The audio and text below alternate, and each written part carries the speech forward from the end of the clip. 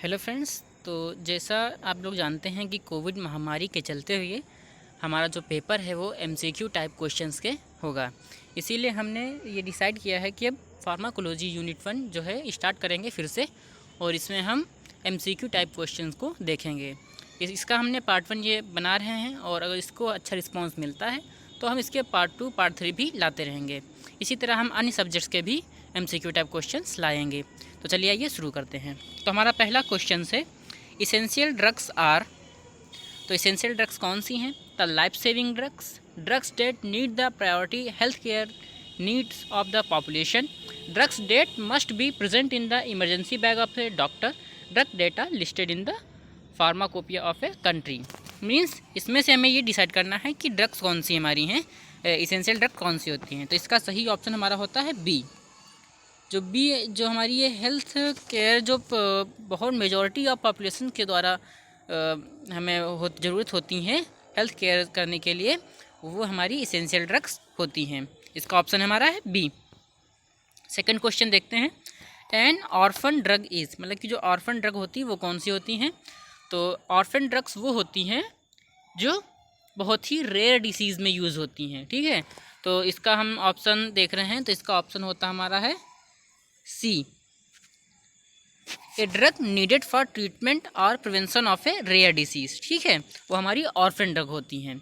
और essential drug जो बहुत ही ज़्यादा मेजॉरिटी ऑफ पॉपुलेशन के द्वारा ज़रूरत जिनकी होती है वो होती हैं इसेंशियल ड्रग। ठीक है, अब हम देखते हैं question number 3। Drug administered through the following route is most likely to be subjected to first pass metabolism. Means जो ड्रग जो कि एडमिनिस्ट्रेटर होती है किसके through? Route of most likely, मतलब कि बहुत ही ऐसी रूट जो जिसमें फर्स्ट पार्ट मेटाबॉलिज्म होगा। ठीक है, तो वो हमारा होता है ओरल रूट जो हमारी होती है, इसमें फर्स्ट पार्ट पास मेटाबॉलिज्म होता है। इसके आंसर्स जो हैं ये नीचे दिए हुए हैं, जिससे कि आप लोगों को कोई परेशानी ना हो और आप लोग अच्छे से इन्हें तैयार कर सकें। अब नंबर 4 पे आते हैं, तो ये हमारा है, transdermal drug delivery system offers the following advantage. ठीक है, तो हमारी ट्रांसडर्मल जो होती हैं ड्रग्स होती हैं उनमें कौन से एडवांटेज होते हैं? ठीक है, एक्सेप्ट कौन सा एग्जाम्पल नहीं होता है। ठीक है, तो इसमें जो हमारा होता है ये नीचे हम देखते हैं कौन सा आंसर है हमारा। आंसर हमारा ए, मीन्स जो drug high peak plasma concentration of drug. ठीक है, ये देती हैं हाई प्रोड्यूस करती हैं हाई पीक का प्लाज्मा कंसनट्रेशन। ओके, नंबर 5 में आता है, in addition to slow intravenous infusion which of the following route of administration allow the titration of the dose of a drug with the response. ठीक है, तो इसमें हमारा है सी, इनहेलेशन जो होता है ये करता है। ओके, फिर इसका अगला क्वेश्चन हमारा आता है, तो अगला क्वेश्चन है,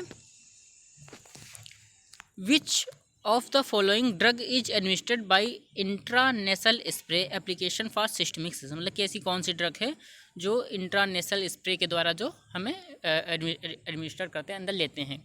तो स्प्रे इंट्रानेसल मतलब कि इनहेलेशन करते हैं, तो इसमें से कौन सी दवा होती है जो इनहेलेशन के द्वारा लेते हैं? तो वो हमारी होती है डेस्मोप्रेसिन। ठीक है, डेस्मोप्रेसिन जो दवा होती है वो हम नेसल में लेते हैं। Compare to subcutaneous injection the intramuscular injection of drug, मतलब कि अगर जो हम कंपेयर करें सबक्यूटेनियस इंजेक्शन से और इंट्रामस्कुलर से, तो क्या हमें क्या मिलता है? ठीक है, तो इसमें क्या होता है, ये जो हमारे रिस्पॉन्स इसका होता है वो फास्टर कर देता है, प्रोड्यूस फास्टर रिस्पॉन्स, मतलब कि आंसर नंबर बी हमारा। ठीक है, फिर हम देखते हैं 1.8, मतलब कि 8वां question, select the root of administration which carries the highest risk of adversely affecting vital function. Means जो हमारी रूट ऑफ एडमिनिस्ट्रेशन है, ठीक है, वो कैरी करती high risk of adversely affecting vital function को, जो रिस्क करती है, तो हमारी होती है सी, इंट्रावेनस इंजेक्शन जो हमारे होते हैं इनमें हाई रिस्क होता है। ठीक है, इंट्रावेनस इंजेक्शन जो होते हैं इनमें हाई रिस्क होता है।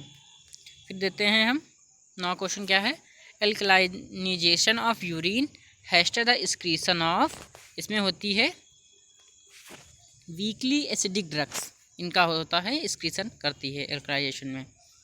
Majority of drug crossed biological membrane primary by, अब इसमें पूछ रहे हैं कि मेजॉरिटी ऑफ ड्रग्स जो होती हैं, जो बायोलॉजिकल मेम्ब्रेन्स होती हैं, उन्हें क्रॉस करती हैं, किसके थ्रू पास करती हैं? तो ये हमारा इसमें होता है पैसिव डिफ्यूज़न।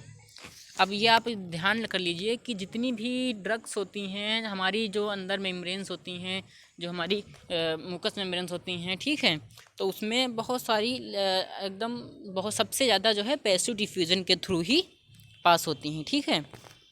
ये आप ध्यान कर लीजिए कि अगर जो इससे रिलेटेड क्वेश्चन आता है तो उसमें 80% चांस है कि पैसिव डिफ्यूज़न ही आंसर होगा। Diffusion of drug across cell membrane, मतलब जो हमारा डिफ्यूज़न ऑफ ड्रग है अक्रॉस सेल मेम्ब्रेन का, ठीक है, वो क्या है? तो वो होता है is affected by extent of ionisation of drug molecules, मतलब कि हमारा आंसर इसमें कौन सा है? सी, ये सी वाला हमारा आंसर है, ये वाला, ठीक है। फिर नंबर 4 पे आ रहा है which of the following drug is most likely to be absorb from the stomach, मतलब कि ऐसी कौन सी ड्रग्स हैं जो कि एब्जॉर्ब होती हैं स्टमक से, ठीक है। तो हमारा इसमें दिखाया गया है बी, डिक्लोफेनाक सोडियम, ठीक है। अब आप लोगों को हमें एक अच्छी सी आप बताते हैं कि आप ये कैसे जानेंगे कि कौन सी ड्रग है जो हमारे स्टमक से एब्जॉर्ब होगी और कौन सी ऐसी ड्रग है जो हमारे इंटेस्टाइन से एब्जॉर्ब होगी, ठीक है। तो इसमें आप ये जानिए कि जो हमारी एसिडिक ड्रग्स होती हैं, जितनी भी वीकली एसिडिक ड्रग्स होती हैं, वो स्टमक से ही एब्जॉर्ब होंगी, ठीक है। और जितनी भी वीकली बेसिक ड्रग्स होती हैं वो इंटेस्टाइन से एब्जॉर्ब होंगी, ठीक है। और अनआयोनाइज्ड ड्रग्स जो होती हैं वही अच्छे से एब्जॉर्प्शन इनका होता है, ठीक है, उनका एब्जॉर्प्शन अच्छे से होगा। अगला क्वेश्चन देखते हैं हम क्या है। Which of the following is weakly acidic drug, means इसमें ऐसे वीकली एसिडिक ड्रग कौन सी है, ठीक है। तो इसमें हमारे हिसाब से फिनाइलटोइन सोडियम है, ठीक है, हाँ डी। तो इसमें है वीकली एसिडिक ड्रग कौन सी है, तो इसमें हमारा है फिनटोइन सोडियम, ठीक है, ये एक हमारी वीकली एसिडिक ड्रग है। अब देखते हैं the most important factor which govern diffusion of the drug across capillaries other than the those in the brain, means कि जो बहुत ही मोस्ट इम्पॉर्टेंट फैक्टर है जो कि डिफ्यूज़न करता है ब्रेन में ड्रग को क्रॉस करने कैपिलरी में, ठीक है, वो क्या होता है? तो जो हमारा इसमें ब्लड फ्लो होता है ब्रेन्स में वो कैपिलरीज के थ्रू होता है, बहुत ही छोटी छोटी कैपिलरीज होती है उनके थ्रू होता है, ठीक है। तो ब्लड थ्रू कैपिलरीज, इसका राइट आंसर ये होगा ए।